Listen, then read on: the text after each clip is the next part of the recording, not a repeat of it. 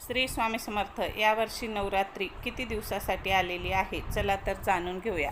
यावर्षी नवरात्री 9 दिवसासाठी नाही तर 10 दिवसासाठी आहे. कारण की यावर्षी तृतीया तिथी 24 सप्टेंबर आणि 25 सप्टेंबर या 2 दिवशी असणार आहे. त्यामुळे नवरात्री 10 दिवस असणार आहे. त्यामुळे यावर्षीची नवरात्र खूपच शुभ असणार आहे. कारण की एक तिथी वाढून येणे म्हणजे खूप शुभ मानले जाते. यावर्षीची नवरात्री ही मंगलकारी असणार आहे. असा शुभ योग खूप दुर्मिळ असतो.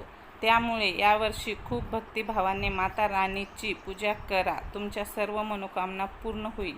माहिती आवडल्यास व्हिडिओला लाईक फॉलो करा. पुढच्या व्हिडिओमध्ये यावर्षी नवरात्रीमध्ये दुर्गा कोणत्या वाहनावर आलेली आहे हे सांगणार आहे. लाईक करा, व्हिडिओ भेटून जाईल.